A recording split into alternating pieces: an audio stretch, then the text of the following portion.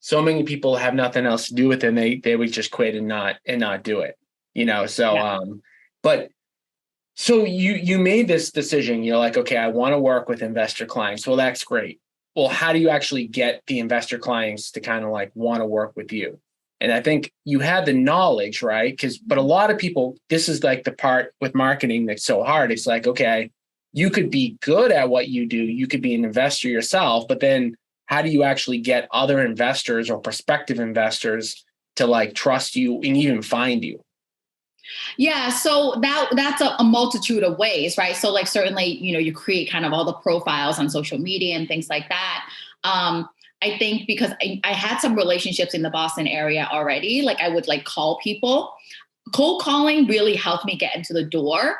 And then because I had a lead, which whatever that meant to me, but like if I had a house to sell, I was motivated to sell that house, whether I ever closed on it or not. So then like having 123 Main Street, it's probably a dump, right? Then it would like start my brain in who would want to buy that house, right? So I would contact potentially lenders, like, doing kind of idiotic things that kind of paid off in the end, but calling a lender and being like, hey, you're a hard money lender. I think your clients probably want a house like this. Do you know any clients? They would introduce me to John Smith.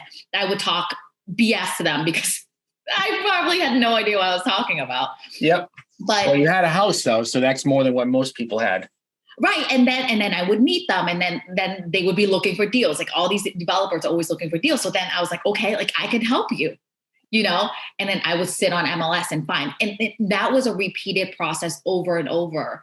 I had presence on Bigger Pockets. And so like, replying to forums and like really making an impression on that website, gave me some opportunities. I remember my first real deal was 134,000.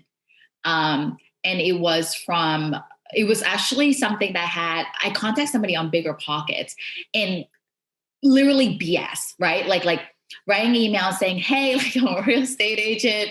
I heard you're looking for a deal. I can help you find a deal.